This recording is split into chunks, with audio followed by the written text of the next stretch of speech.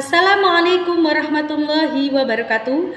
Perkenalkan, nama saya Estiana Putri dari Universitas Terbuka UPBJJ Bandar Lampung dengan NIM 857041956 semester 7, yang mana pada pertemuan kita kali ini saya akan melaksanakan praktikum IPA di SD, yaitu materi simbiosis, yang mana simbiosis merupakan suatu hubungan satu spesies dengan spesies yang lain pada suatu habitat tertentu.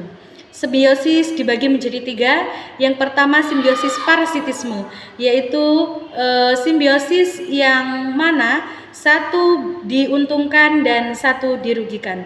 Kemudian yang kedua adalah simbiosis komensalisme, yaitu satu spesies diuntungkan dan spesies yang lain tidak dirugikan.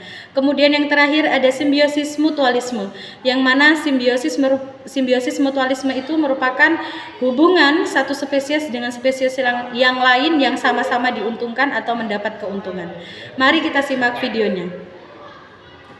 Yang pertama adalah simbiosis parasitisme antara kutu putih dengan pohon jambu air, yang mana kutu putih mendapat keuntungan dengan menghisap nutrisi atau getah dari pohon jambu air, sedangkan pohon jambu air dirugikan karena kehilangan nutrisi yang penting yang mengakibatkan kerusakan jaringan tanaman dan berpotensi menurunkan daya tahan tanaman terhadap penyakit.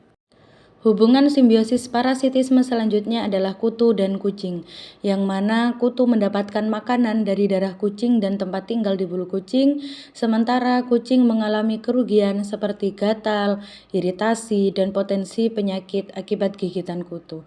Di sini kutu sebagai parasit yang hidup dan berkembang biak di badan kucing, sedangkan kucing menjadi korban karena terganggu dengan adanya kutu.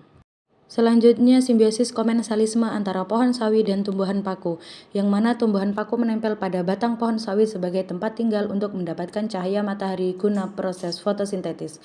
Pohon sawi tidak mendapat keuntungan maupun kerugian dari keberadaan tumbuhan paku tersebut. Hubungan simbiosis komensalisme selanjutnya adalah tumbuhan rambat dan pohon pisang, yang mana tumbuhan rambat menggunakan pohon pisang sebagai tempat untuk merambat dan mendapatkan cahaya matahari yang cukup untuk proses fotosintesis.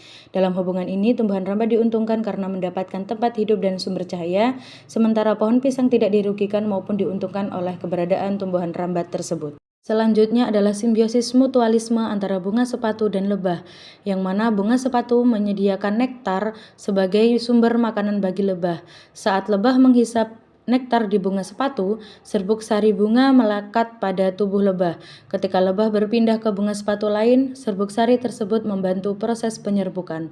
Dengan demikian, lebah mendapatkan makanan berupa nektar, sementara bunga sepatu mendapatkan bantuan dalam penyerbukan yang penting untuk reproduksinya.